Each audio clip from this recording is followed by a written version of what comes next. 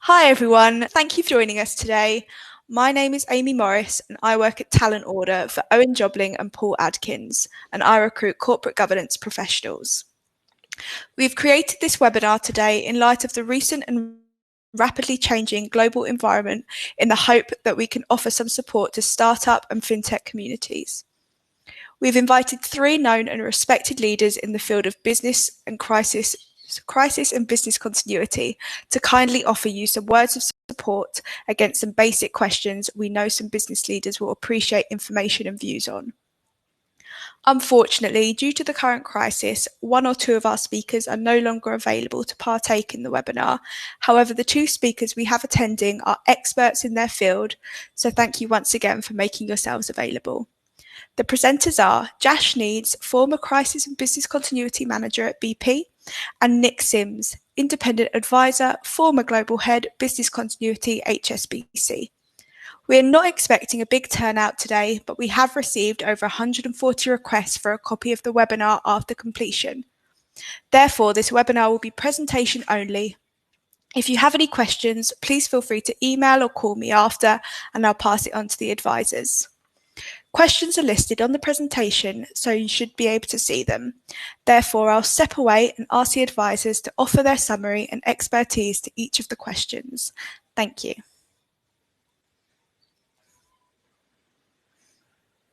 Over to you guys.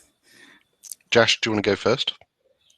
Yes, so let's just look at, Amy, would you mind going to the second slide with the questions? Absolutely. So good morning, everyone. Thanks, Amy, for the introduction. So I'm Jash Needs. I'm also an independent consultant in the area of crisis management and business recovery. But as Amy mentioned, I did do a lot of work at BP in this area. So I'm going to quickly get into the first question. So it's, what advice do you suggest to startups and fintechs with zero or limited preparation for the current events? Well, so Nick and I have had a brief look at the question pack already, and I think, Nick, we were talking about this one and mentioned that actually some of the key things, if you haven't thought about it already, were really, what are your sort of core products and services and customers? You know, what do you need to keep running in order to sort of survive, but do things slightly differently in a slightly different way. So, you know, the norm as you might know it, or business as usual, may well need to change. And also thinking about, in the next sort of 2 to 3 weeks, how do you keep, you know, the core of your business running? So your core sort of, how do you keep your core customers happy, the services and products that you're delivering to them, but do that, albeit with a reduced staffing level, as we're seeing very, very quickly. There are a couple of remarks to make there. We don't know how long this incident will go on for. So, you know, we've you know, in the news, the government has suggested, you know, it could be weeks, months, possibly even into next year. So the advice that I've certainly given a couple of clients and customers is to start thinking about sort of worst case scenario and the incident potential that might have on your business. So start looking now, today, at you know, the potential that you might only have 50% of your people who are able to actually help support run those key processes and services, or, you know, the services that you might be delivering in a slightly different way. So I think that's a really important piece, that if you haven't done the thinking around that already, start to plan for sort of the worst case scenario, because, you know, we have been provided by information around sort of it could go on for weeks and months, you know, not just for a few days. Nick, have you anything else to add to that? Yeah, I think I would ask people to take a step back and focus on what outcomes you're trying to achieve in the short and medium term, and look at how you might deliver those. And they don't have to be delivered in the way that you normally deliver them. So think about whether you still need to offer a call center, contact center for customers, whether you can move things online, for example. But I think there are a whole bunch of other things that people should think about. So identify the musts, shoulds and coulds in terms of those products and services that Jash mentioned. think about what this situation is going to do to demand, but also think about what it's going to do to your business plan.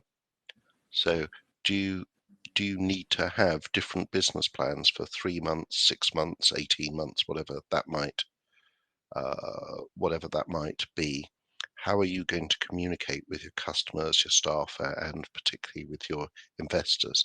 Because I don't believe that anybody will have their business plan will follow the route they expected, particularly not given the situation. How do you go about recruiting in this environment where you may have to recruit with actually meeting people, for example? So I think there's quite a lot to think about over and above a key one, which is how do you operate in such a way to ensure that your staff can stay safe, because ultimately we all owe a duty of care to the people who work for us. So there's quite a lot of things happening. For me, this is the third pandemic I've lived and worked through. So I was working for a Canadian bank at the time of SARS, and I subsequently ran the pandemic flu program for the NHS in East London, 2009, 2010. What we're seeing here is something of a different order of magnitude, and it really is a challenge to us to think in new ways of how we can deliver and grow our businesses. So I think just to add there, Nick, lots of organisations may have thought about this in isolation. So specifically, if they had an event which meant that they don't have their normal sort of staffing levels, but I think it's the complexity around this is that everyone else will be in the same boat as well. So to sort of be reaching out to your customers. I think the customers may well be putting additional demand on you, but also they will be having issues themselves down the line as well, as they will also be operating at a lesser capacity due to staff shortages themselves. So let me take an example of a client at the moment. So I'm working for a recently listed insurer and investment manager. Now, one of the challenges is that we know more people are going to die and more people are ill. So we have to have more people answering the phones and setting up annuity payments on the one hand. And on the other, we've had to rebalance our investment portfolios, potentially away from transport into things like video conferencing. So it's not just about providing your normal services. It's about thinking what the logical effects are going on around you, how your customer demand will change, and how your customer expectations will change. I mean, there is a slight danger that we'll all suffer from COVID-19 communication fatigue. I've had 6 or 7 emails today from different organisations telling me what they're doing to protect my money or deliver laundry services. And I do want to know, but I don't want to know the whole time. So you need to think about when you're going to communicate and how you're going to communicate. I gather we're having some dropout problems. Yeah, I think a couple of people are suggesting that it keeps dropping out.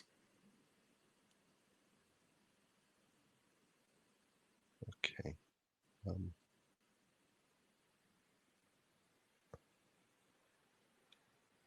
Well, there doesn't seem to be anything we can do in the short term, but actually that is a wider problem.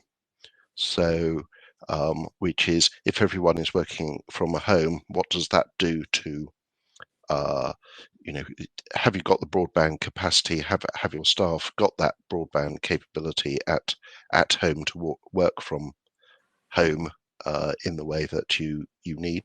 So, for example, one of my major clients has just gone and ordered large screens for everyone because and installed them at home.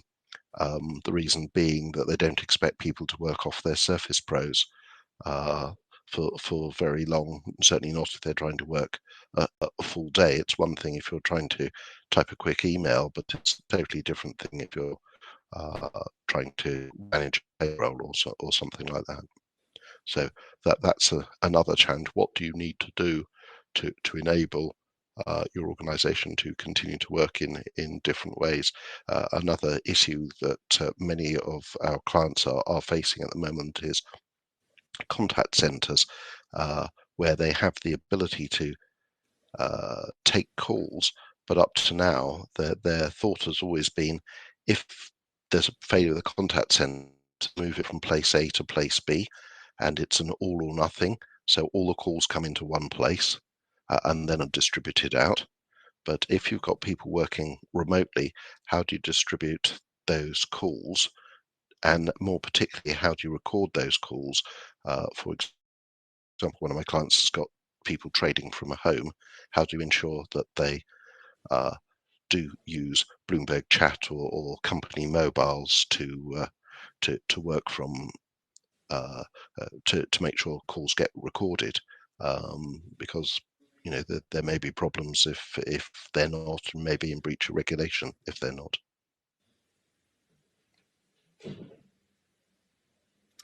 Should we move on to the next question, Nick? Yeah, Unless there happy. are any specific questions about the first one. I think we still having issues now. Yeah, I mean, if people want to send us chat, we can pick up the questions directly. That's easier. In terms of actions every organisation should conduct, well, as I said earlier, I think you divide what you need to do into must, should, and at a starting point. Think what we're going to do over 1, 3, 6, 18 months if it should continue this long, and really focus on the outcomes and keeping, apart from anything else, keeping your funders happy. I mean, they've probably invested in you expecting growth at a particular rate, and this may or may not be possible. You won't have the opportunity to go and pitch face to face to clients or potential clients. So how are you going to grow your business? Yeah, I think that's a really important one. In fact, I'm working with a small PE-backed cloud hosting organisation actually, and what they're being what they're being asked by their investors, because obviously they have to keep the institutional investors happy. Sorry, apologies. I'm just reading this off of an email, but this small organisation on almost a sort of 2 daily basis, they're being asked to provide information around the status of their top 20 clients, any new business, the churn, renewals of those clients. I think one of the key things is the cash balances, cash collections, how liquid, how much cash is running around that organisation, payments from customers who are already overdue. So that's a really big one. My experience in previous incidents and having, worked in a couple of corporates is, as soon as an incident hits something on the scale of this, is that, the Treasury business areas and departments will work towards sort of keeping as much cash in that they plausibly can do, but then they will only pay, for example, their most critical suppliers.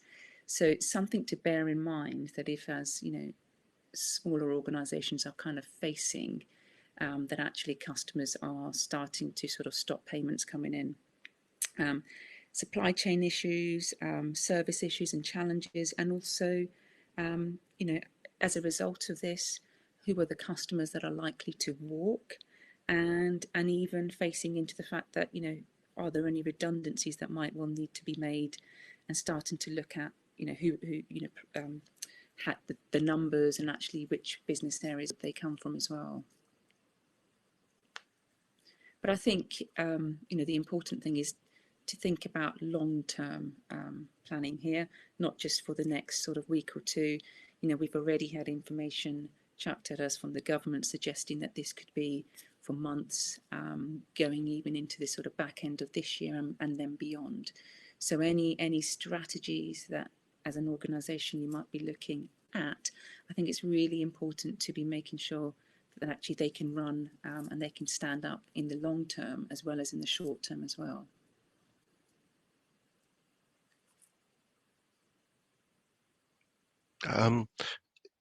Do we have any questions? Now would be a good time to start taking them. I think what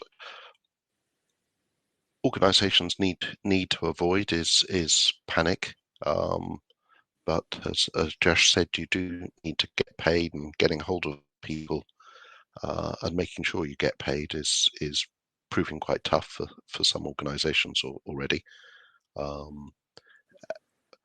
The government has made promises about loan backing and things like that, but as yet it's very unclear what that really means. Also, wouldn't be a bad idea to understand what any of your staff's personal caring commitments might be, because it's important to know who might be available when, and we've got schools potentially closing, well, not potentially, but closing from Friday. So what is that going to do to staff availability? Can you structure your business to allow people to work out of normal hours, for example, when somebody else is when somebody else is available to look at kids?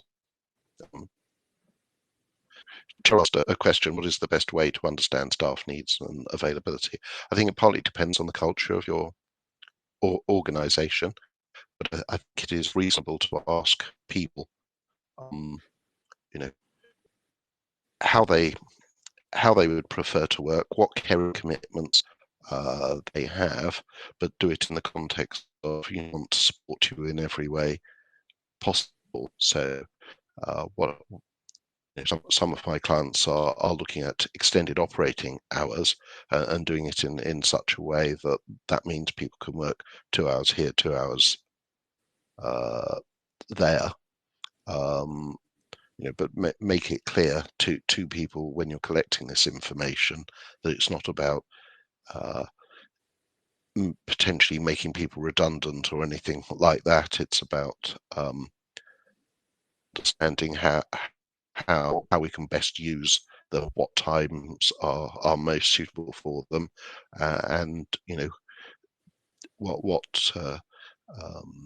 what caring responsibilities they have and how that might impact and what support they need.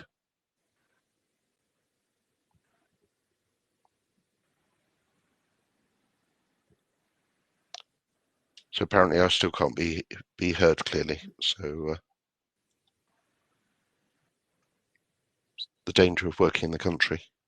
Jash, do you want to take on? Cheryl's questioned, what is the best way to understand? Okay, so hopefully you guys can hear me. If not, just please continue to let us know. So I think just adding to Nick's piece there around, understanding what your staff may need, if they are working slightly differently. I think Nick mentioned a couple of things there. Do they have children to look after? Have they got arrangements in place? So I think businesses are now having to realise that in order to keep the most critical things up and running, that actually they might need to change their working day as they know it. So it might not be completely 9 to 5. It may well be people do a couple of hours in the morning, followed by a couple of hours in the afternoon, and then a couple of hours in the evening. I think the key thing here is a degree of flexibility needs to be employed and recognised. There's also you know, and we're not saying that everybody will have to take that on. Again, you know, this really relates back to just, you know, the key aspects that an organisation really needs to continue in order to survive. So, you know, we're not saying 100% of your staff, you know, you have to think about what their special needs might be to enable them to work from home.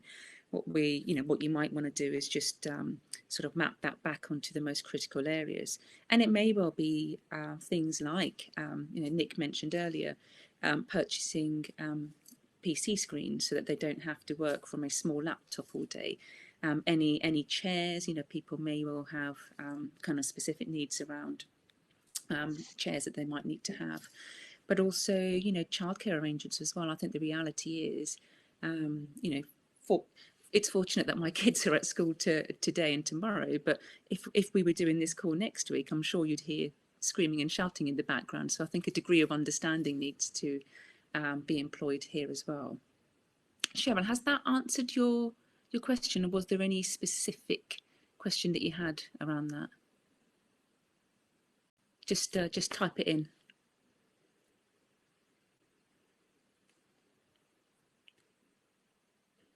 And, you know, just to sort of end on that, you may well want to sort of put these into some categories. You know, there may be health and safety ones, there may be some related to sort of childcare arrangements. So it's just about being pragmatic. You know, you might not be able to serve everyone's specific need. However, you know, as I said before, this is just for those, you know, critical staff workers. So, you know, so that they can sort of keep a minimum level of service up and going. It's quite an interesting point about critical workers. You have to make everyone feel valuable.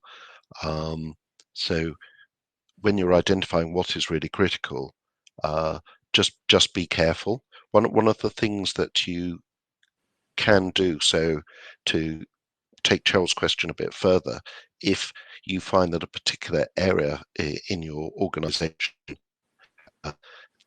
have people who have caring responsibilities, for example, you know, what are you going to do to retrain other people to pick up roles? And anyway, maybe you should be thinking about the cross training that you give generally, because flexibility is going to be key here. So people you have who can pick up particular tasks, the better it's going to be.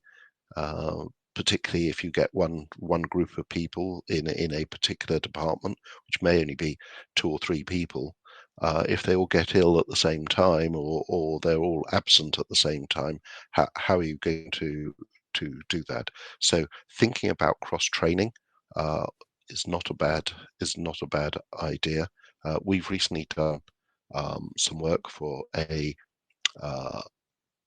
40-person. I was going to say startup. It's no longer really a startup. It's got to 40 people, but the processes that it had when it started are very different to the processes that it's got now. And what became obvious was that the 3 directors no longer have a good understanding of what the processes are at a detailed level. And in many cases, you had one person with all the knowledge about how something worked, and so you need to start documenting that, but also making sure that more than one person knows. So there is something around single points of failure, not just within your within the people that you employ, but also think about that in the technology as well, and within your supply chain. Are there other places you can get that support? If it's training, that might be one thing, but you might need to think about other services as well, and who can provide those, and how. Yeah, I think that's a really interesting one around the whole single points of failure. I think, you know, we do look a lot at sort of the technology side of things. You know, there's a particular system that allows an operation to continue. However, when it comes to people, you know, there are still there's still a huge reliance on an individual knowing a certain part of a process, and when actually without their knowledge, it sort of falls apart. So, now's the time to kind of look at that, and is there anybody that the organisation relies on particularly heavily, and to make sure that that burden is taken from them and it's shared. And it could be anything from passwords. An individual may well know passwords into a system that allows an operation to run, or it could just simply be there are certain people that know where things are kept. It's quite often people do ask me, where do organisations fail in managing a crisis?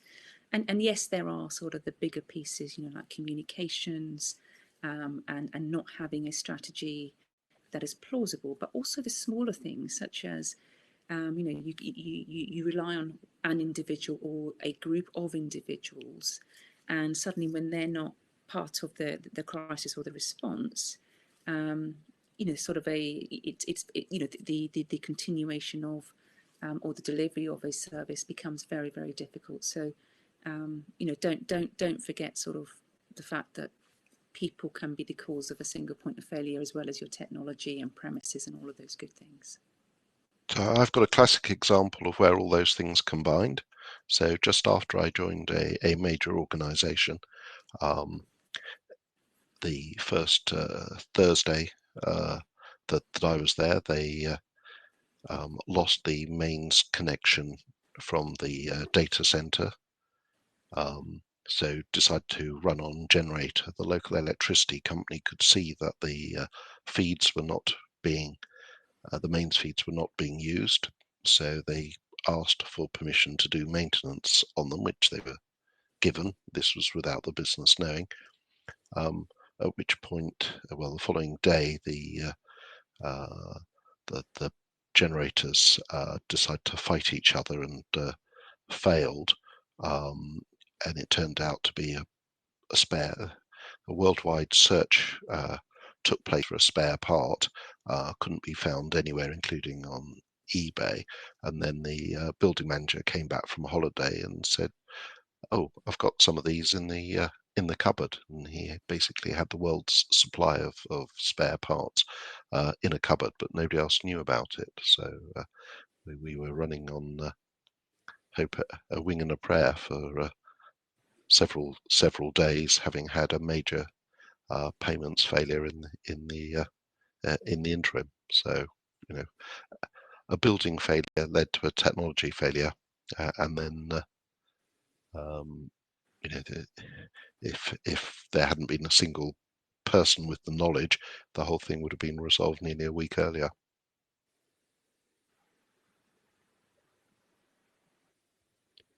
So, any other questions?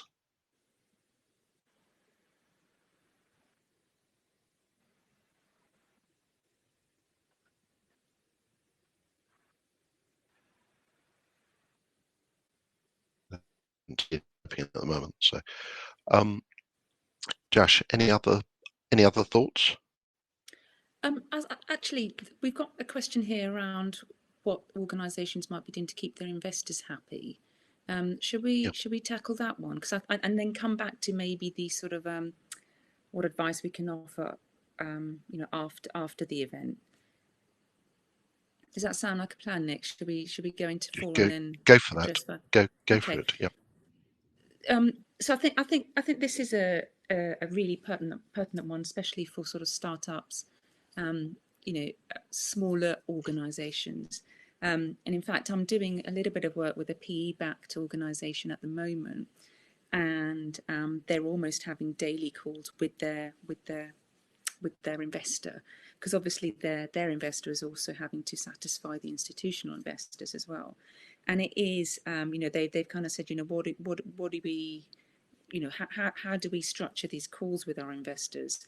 But they're putting additional pressure on us to make sure that we get we've done a load of analysis around our cash flow. So I think that's a big piece for them. And this information the organisation should have anyway. The specific age and collection of debt, the specific risk around a delayed or non-payment of a sort of major customer. So they're already facing into, if some of our customers end up pulling out, what does this mean for us in the sort of short and long term? So they're doing some sort of risk analysis around that already. How what are the other means of sort of bringing in the money?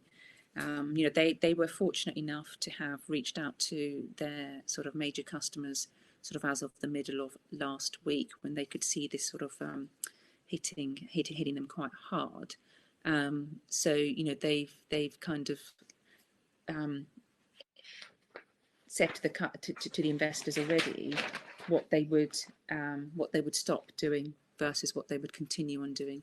So it's just making sure that the investors are happy around making sure that information is at hand on them. So they just want to know what's going to be the impact of this, and how can we overall sort of keep help you, and how can you help us to be as transparent as possible. Also, the sort of the smaller startups might have banking covenants. So, how are you going to continue to bridge your sort of banking covenants? So if you breach that and growth plans are stopped, then how are you going to come back from that? So, that they are some of the questions that the investors are looking for at the moment. So it's just about keeping on top of that, and almost feeding them with as much information as possible. It's not always going to be pretty, but I think you just need to sort of be honest in terms of what the information is that you're providing to them. So Nick, have you got anything else to add? add? So our 40-person FinTech client going to exhibitions and conferences. These are all cancelled. It is going to have a short, medium, and indeed long-term impact on customer acquisition. So that information needs to be shared with the investors sooner rather than later, because obviously the business plans are potentially in danger of not being met. We believe that the client could actually do more to keep the existing customers happy and reduce churn rate. So that might be a way of improving profitability and cash flow. So that requires a different approach, and spending more time with existing customers and less time trying to find new customers for however long the challenges around coronavirus last. So that I think is part of the challenge. I'm also seeing that in the social enterprise sector as well, where I've worked with a couple of organisations who've had some serious funding from, for example, the Heritage Lottery, and to develop the programs that they were expecting to develop. Well, they can't go out and interview people about their lives at the moment, so they're having to move dates and come up with different ways of delivering something slightly different to that which they originally thought. You said to talk about business recovery. I think the real challenge is, what do we do next? And the answer is we don't know. But I think it's worth having a plan once the world starts to return towards normal. What are going to be our priorities then? And I think it's worth organisations taking the time to think about that, and to start thinking about how they will recover some of the lost time. Frequently organisations think that all they have to do is, once things come back to normal, right, we can do everything as before. Well, I think what you should be thinking about is our organisation going to look different? Are we going to have worked in such a different way that frankly we should think about, whether working from home, for example, becomes the model going forward. So I think organisations should have a one-page document they start to develop now, start setting out their thinking about how things might look when the world returns to uh, a more normal situation. I think that could be, are there particular groups of customer that we should target? Should that change? So, for example, going back to the organisation we've been helping, they've been doing a lot of work internationally. Well, perhaps they want to rethink that and focus more on the UK market in the short term. After the may actually be a greater opportunity. So it's worth having those thoughts and capturing those as you go now. Yeah. Any thoughts from you, Jash?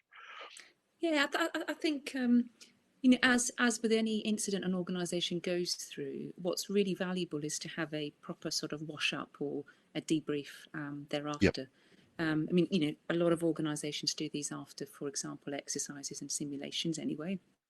But I think the key thing here is to really learn, having learned from this experience, and then actually putting things in place, as Nick said, in peacetime, once the incident has sort of calmed down a bit, and then the organisation really look at itself in terms of, right, what's our new norm?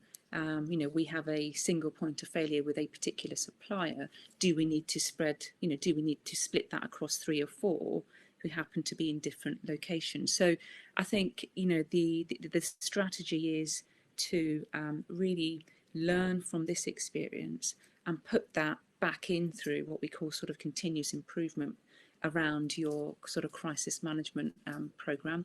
And for some organisations that might be a relatively sort of small piece of work, but for others, there might be a number of sort of different work streams to consider.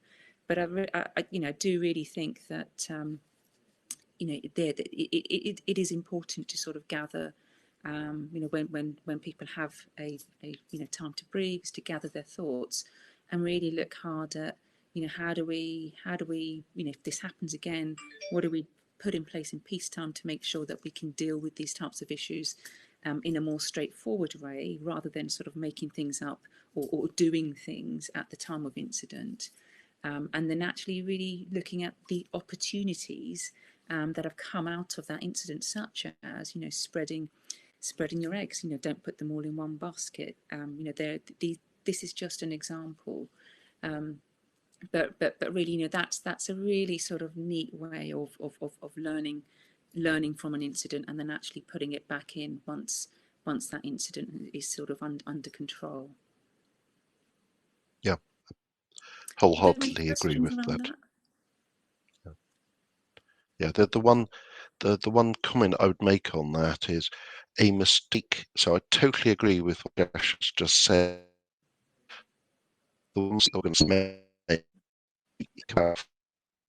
seems that's bolted rather than the next horse that bolts. So don't make your plan so dependent on coronavirus coming back.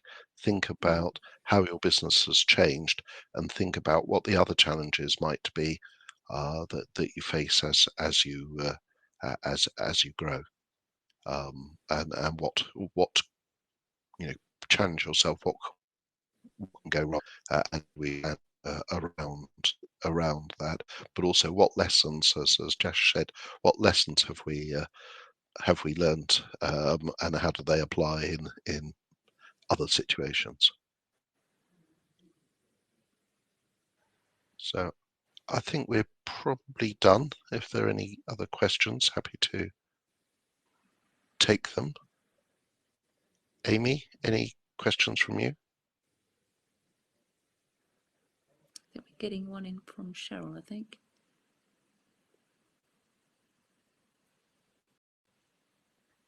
Okay.